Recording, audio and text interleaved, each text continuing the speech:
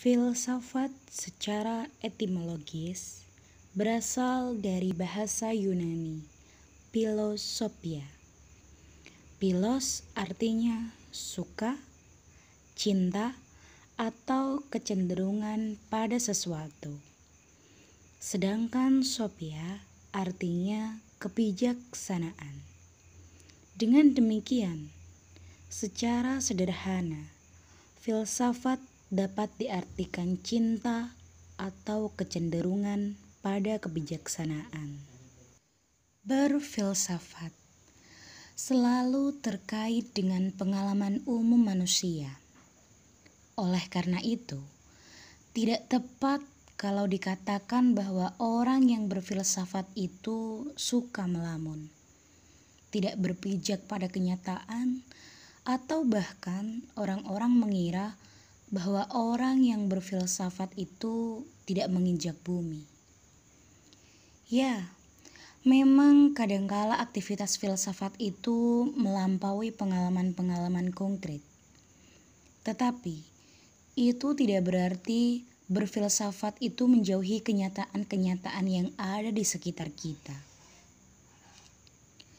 Cara berfilsafat yang baik justru bermula dari hal-hal yang dialami sendiri oleh seorang calon filsuf. Filsafat menurut Aristoteles dimulai dari suatu tauma, bukan trauma, tapi tauma atau rasa kagum yang timbul dari suatu aporia, yakni problema yang sulit dicarikan jalan keluarnya. Di sini ini nih dibutuhkan beberapa prinsip atau asas-asas dalam berfilsafat. Assalamualaikum warahmatullahi wabarakatuh. Ketemu lagi sama aku, Melina Ukhtia Zulfa, di channel YouTube aku, Melina Ukhtia. Oke, kali ini aku bakalan ngebahas sedikit tentang filsafat ilmu. Di sini yang akan aku bahas yaitu prinsip-prinsip dalam berfilsafat. Del Yang Ji menengarai 5 prinsip dasar untuk seorang filsuf agar mendapatkan hasil yang optimal.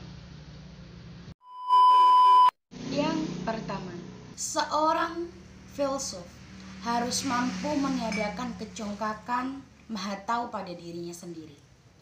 Seorang calon filsuf harus mampu mengendalikan dirinya sendiri sebelum mengendalikan yang lainnya.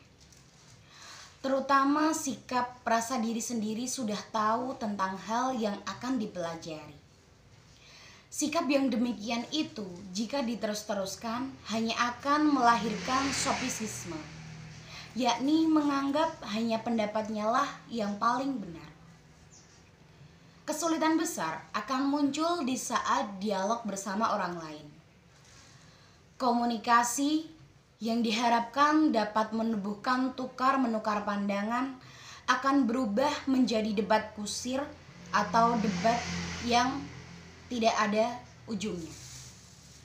Lantaran masing-masing beranggapan hanya pendapatnya lah yang paling benar. Yang kedua, perlunya sikap mental berupa kesetiaan pada kebenaran atau a loyalty to truth.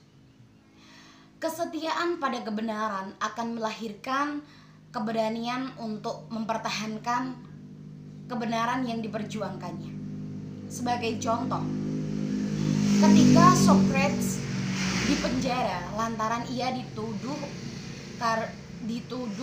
menghasut generasi muda, ada beberapa pengikutnya yang mau membebaskannya, tetapi Socrates menolak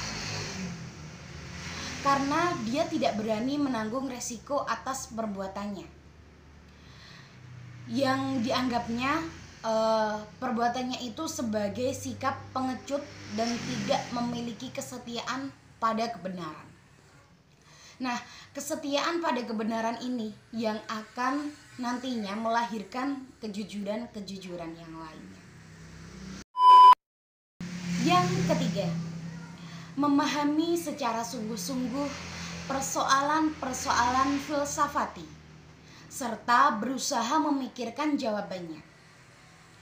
Demikian adalah upaya untuk melatih pemikiran secara serius atau intellectual exercise. Melalui pelatihan intelektual ini akan diperoleh pengertian sejati tentang realitas atau kenyataan.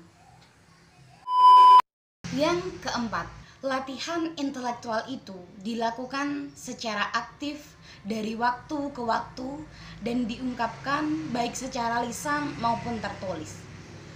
Proses mempelajari filsafat tidak bisa langsung spontan dalam satu waktu. Harus berjangka waktu. Misalnya, bagaimana pemahaman kita tentang keadilan? Apakah pengertian keadilan yang dipahami secara hukum itu sudah cukup memuaskan pemikiran kita? Kalau belum, bagaimana pengertian sejati tentang keadilan itu yang sesungguhnya? Lalu, yang kelima atau yang terakhir, sikap keterbukaan diri. Artinya, orang yang mempelajari filsafat seyogyanya tidak dihinggapi oleh prasangka, terutama pandangan sempit yang tertuju ke satu arah saja, atau sudah lebih dahulu memihak pada suatu pandangan tertentu. Sebab filsafat itu menyangkut seluruh pengalaman dan menyentuh semua aspek kehidupan manusia. Mungkin cukup itu saja yang mau saya bahas di sini. Jika kalian penasaran, kalian bisa baca buku Filsafat Ilmu yang ini. Ini karya Dr. Rizal Mustamir, Magister Humaniora, dengan Dr. Misnal Munir, Magister Humaniora. Kalian bisa cari di perpustakaan di universitas kalian masing-masing atau di perpusda pada daerah kalian sendiri. Terima kasih. Wassalamualaikum warahmatullahi wabarakatuh.